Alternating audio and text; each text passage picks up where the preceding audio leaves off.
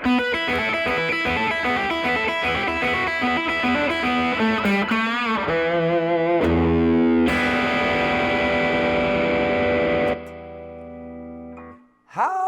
doody. How you doing, man? It's Colin Daniel here from riffninja.com, and I'm in the mood to answer questions from my students, and I've been kind of on a roll with that. This one comes from Roger. Roger has this to say about himself. I'm tone deaf. How do I figure out songs? Oh boy. You poor guy. You think you're tone deaf, eh? Well, I don't think there's anybody that's tone deaf. I just think that your perception of what you hear might be different than what's actually going on. For example, when I studied in college and I studied operatic vocal harmonies because I wanted to improve my voice technique, I noticed that some people had an easier time hearing certain pitches, and they were mixing up. They were actually hearing the harmony rather than the root note of a pitch. So that'd be the first question that I would ask you is, are you sure you're not, like, you're probably hearing the note, just not the correct note. Now, if you're not hearing the correct note, is it a harmony related to the root note that your perception of it is, there's some confusion? How would you fix all of that? Well, let's start with some simple things. Now, I can't help you in one short lesson, but I can give you some suggestions. Like, for example, knowing the difference between a major and a minor chord can help severely at the beginning, because really we only have two types of sounds that we work with, major and minor. Those are the two colors. All the other chords can be drawn or have been drawn to some form or extent from these two sounds, major and minor. Major is happier, it's brighter, it's stronger, it's lighter. Minor is darker, sadder, softer, darker, So you have to learn to recognize that. So one of the first things you can do to help yourself is to go to a song that you don't know very well or that you've listened before and always wish you wanted to learn to play. Don't try anything complicated first. Try something where there's not a lot of hidden chord changes. Try something that's a little more basic, something you've wanted to learn but maybe you struggle with or you don't understand it. And try and identify which of the chord changes are major and which ones are minor by listening to them and saying to yourself, was that dark or was that brighter? Was that happier or was that sadder? So that's some of the first things that you can do to help yourself. I mean, you need to learn to recognize pitch references. Tommy Emmanuel, who's a great acoustic guitar player from Australia, somebody just told me this story before I actually did this lesson, and that was that they used to play a game. Him and his brother used to play a game in the car when they were traveling, and the game was play a pitch. Each of them would have a guitar, and one of them would play a pitch and the other one would have to guess what the pitch is. Well, you could just randomly pick a note on your guitar and try to recognize the pitch. So you hit a pitch and you go, oh, I think, without looking, right? You can't cheat. And you'd have to hit, what you could do is you could listen to the pitch first, hit it and go, okay, that's a D. And now go, what's that? Okay, well, it sounds higher than what I played before.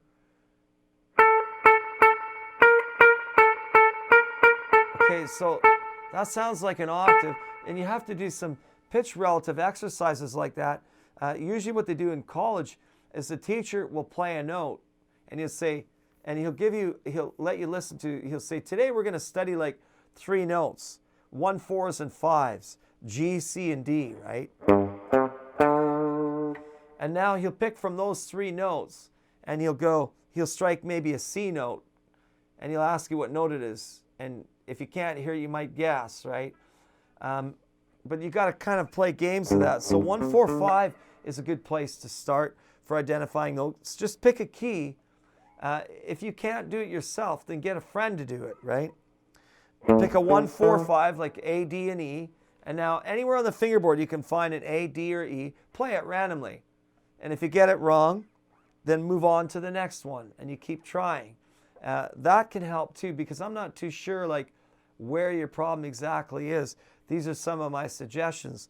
My biggest suggestion for ear improvement is practicing your scales slowly, because I believe that if you practice your scales nice and slow and you play them all the way up your fretboard, that you cover every pitch that's possible on the guitar or in music in these scales, right?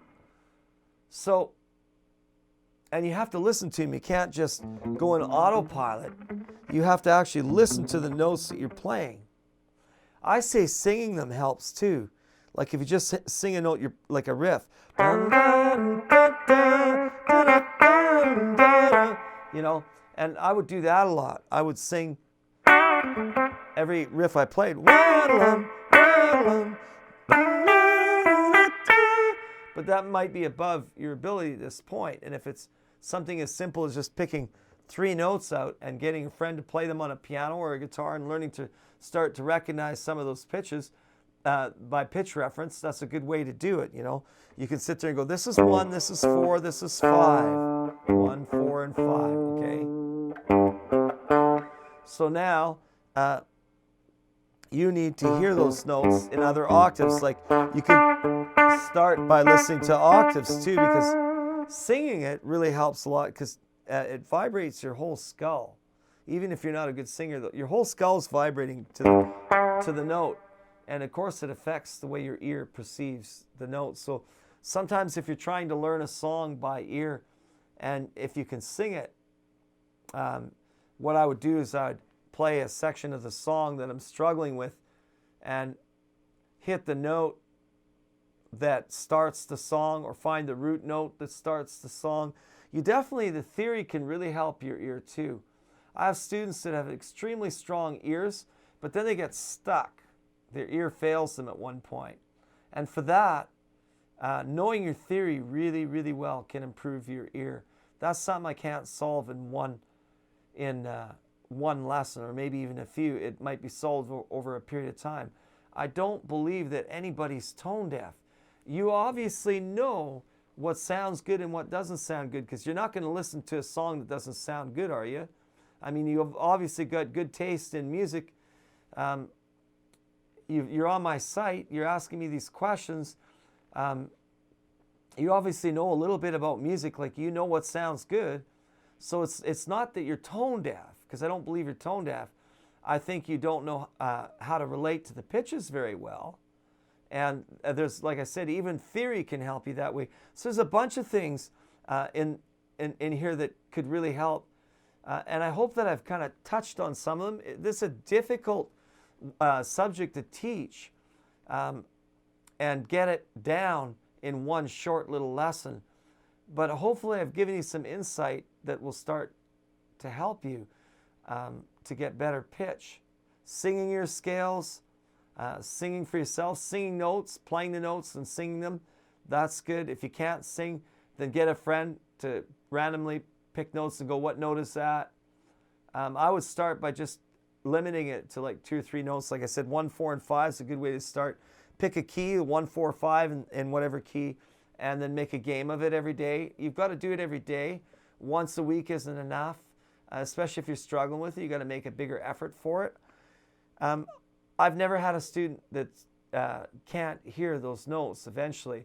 Some of them struggle with it more than others, but in the end, I'm sure that you can hear that too. If you really wanted to get serious about it, you could let me know how this lesson has helped you, and communicate to me some more.